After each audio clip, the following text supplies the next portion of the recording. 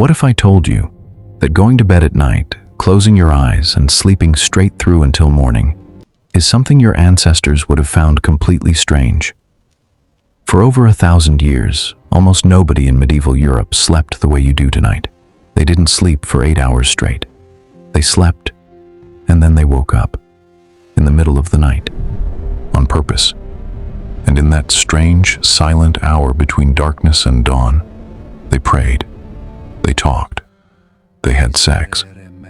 Some even visited their neighbors in the pitch black, by candlelight.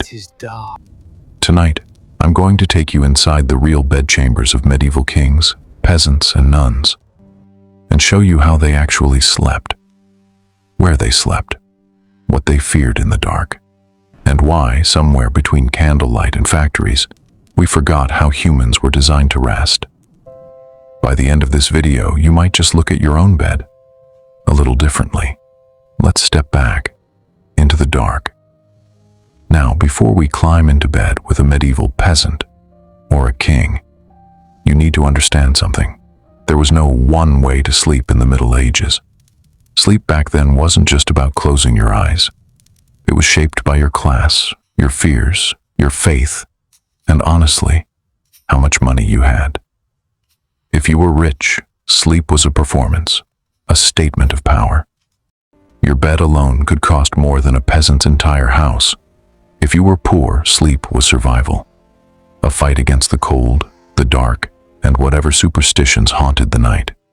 And if you were a nun or a monk, sleep wasn't even fully yours. It belonged to God, and to a bell that would drag you out of your dreams in the dead of night. But here's the strangest part. No matter who you were, king, peasant, or nun, almost everyone in medieval Europe shared one bizarre habit. They didn't sleep once a night. They slept twice. And what happened in between is something historians only rediscovered a few decades ago, buried in old letters, court records, and diaries. Stick with me, because that second sleep is where this story gets really interesting. So here's how a medieval night actually unfolded. As soon as the sun went down, and it went down early, especially in winter, most people had no reason to stay awake. No electricity, no screens, no streetlights glowing outside the window, just fire and then darkness. So they went to bed, early, sometimes as early as 8 or 9 o'clock. This was called first sleep. They'd sleep for 3, maybe 4 hours, and then, almost like clockwork, they'd wake up, not in a panic, not tossing and turning, checking a clock that didn't exist. They woke up calmly, naturally, because their bodies expected it. This waking period even had a name, the watch. Sometimes it lasted a full hour, sometimes 2. And what did they do with it? Some prayed. Religious manuals from the period actually recommended this exact hour for quiet devotion, when the house was silent and the mind was clear. Some talked. Husbands and wives, lying together in the dark, would use this time to talk about their day, their worries, their plans. Historians believe this was actually a common time for intimacy between couples. Some got up entirely. They'd tend the fire, check on animals. In small villages, it wasn't unheard of for neighbors to visit each other in this window, walking through the dark by candlelight, sharing gossip before returning to bed.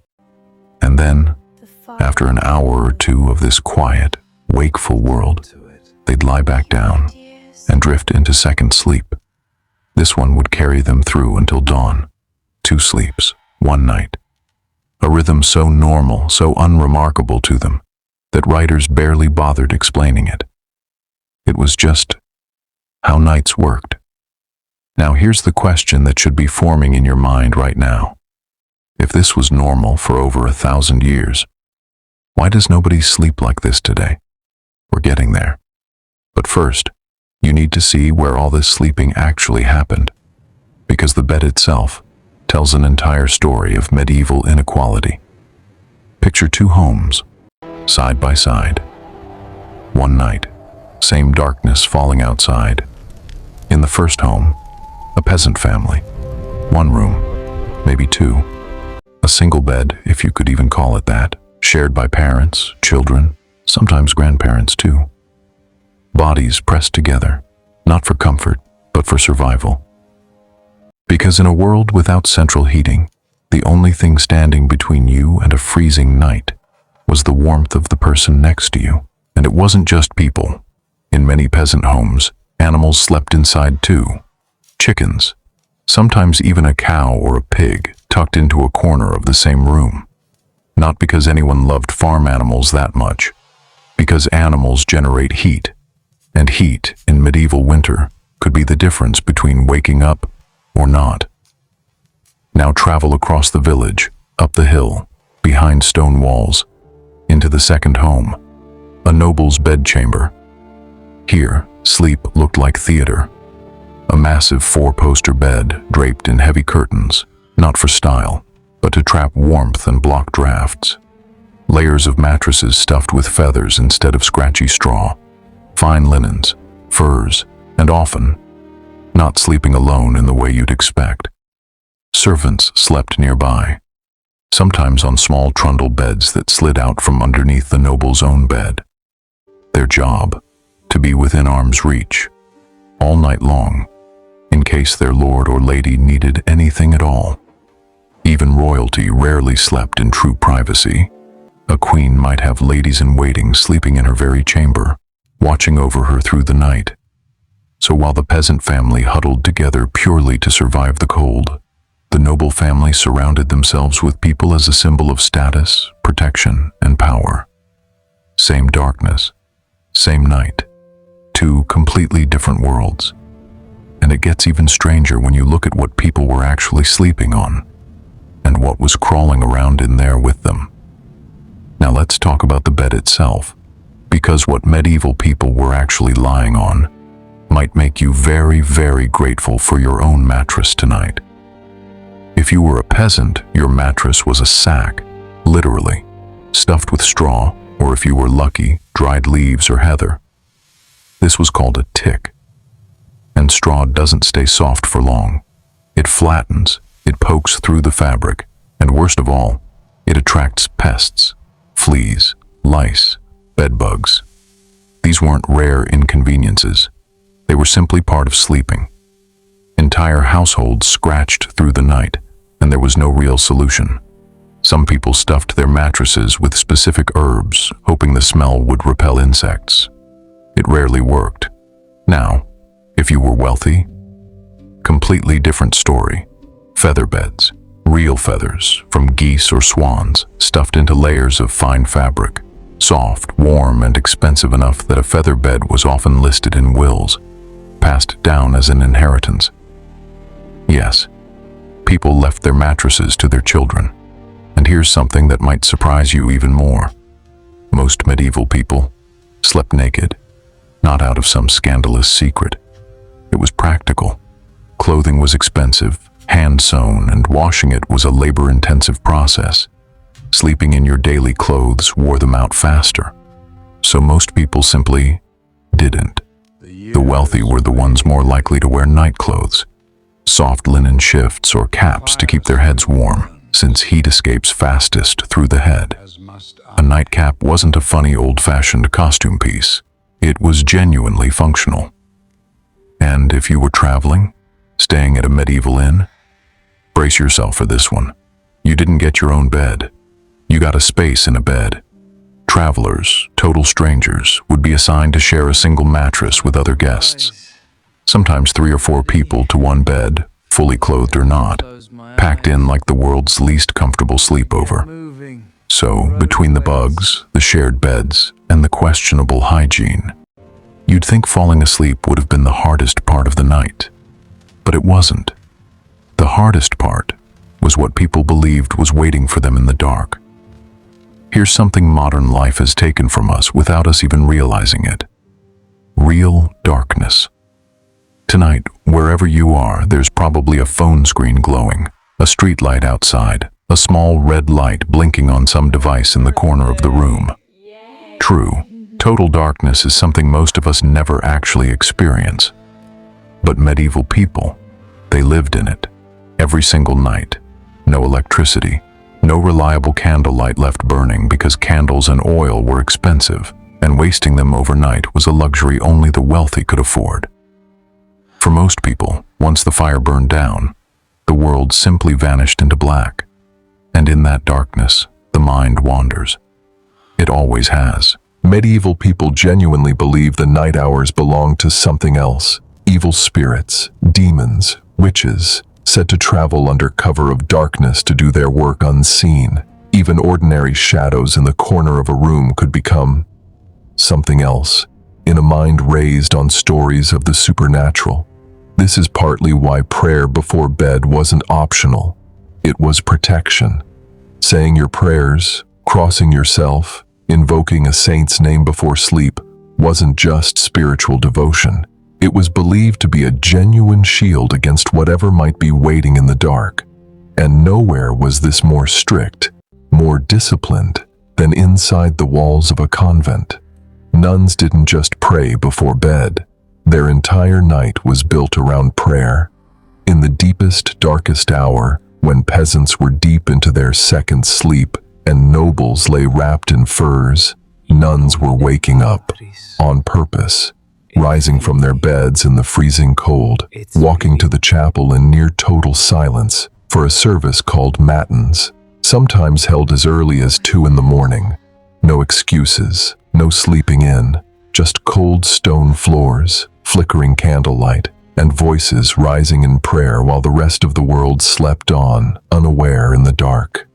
Fear of the night, devotion to the night. Two completely different relationships with the same darkness. But here's the real twist in this story. This entire way of sleeping, the two sleeps, the prayer, the shared beds, the fear of the dark, it didn't fade away slowly. It nearly vanished within a single generation. And what caused it might be sitting in your pocket right now. So what actually killed the two-sleep night? It wasn't some grand medical discovery. It wasn't a doctor telling everyone they were sleeping wrong. It was light. As candles became cheaper, as gaslighting spread through cities, and eventually as electric light flooded homes and streets, something quietly changed. People started staying up later. The natural cue to sleep, that deep darkness falling right after sunset, simply stopped arriving on schedule. Then came the factories. The Industrial Revolution didn't just change how people worked. It changed how people were allowed to sleep. Factory schedules demanded one continuous block of labor, followed by one continuous block of rest. There was no room for a first sleep, an hour of quiet prayer, then a second sleep. Employers didn't care about your body's natural rhythm. They cared about you showing up on time every day for one long shift. Within a few generations, the two-sleep night wasn't just uncommon, it was forgotten, erased so completely that by the 20th century, almost nobody remembered it had ever existed at all, until historians started digging through old letters, diaries, and court records, and kept finding the same strange phrase over and over. First sleep. And here's the part that should genuinely give you chills. Modern sleep scientists have actually tested this. In experiments where people were placed in extended darkness, with no artificial light, no clocks, nothing to disrupt their natural rhythm, something remarkable happened. Within weeks, their sleep split in two, on its own, without being told to. The exact same pattern medieval people lived with for over 1,000 years reappeared, almost like the body remembered something the modern world had made it forget. Which raises a question worth sitting with. We assume 8 straight hours of sleep is the natural, correct way to rest. But what if it isn't? What if it's simply the version of sleep that fits neatly into a factory schedule, and we've just never questioned it? So tonight, when you turn off the light and climb into bed, think about that for a second. Somewhere in your genes, in the deep old wiring of your body, there might still be a memory of that quiet hour, that candlelit watch between first sleep and second sleep. That strange, still window when the whole world used to pause, pray, talk, and simply be awake, together, in the dark. We traded it for convenience, for electric light, for factories and schedules and alarm clocks. But maybe, next time you find yourself wide awake at 3 in the morning, staring at the ceiling, frustrated that you can't sleep, remember, you're not broken. Warm smile in the voice. You might just be medieval. Now, if sleep in the Middle Ages surprised you, and if you want to keep stepping back in time with me, hit subscribe, and I'll see you in the next one.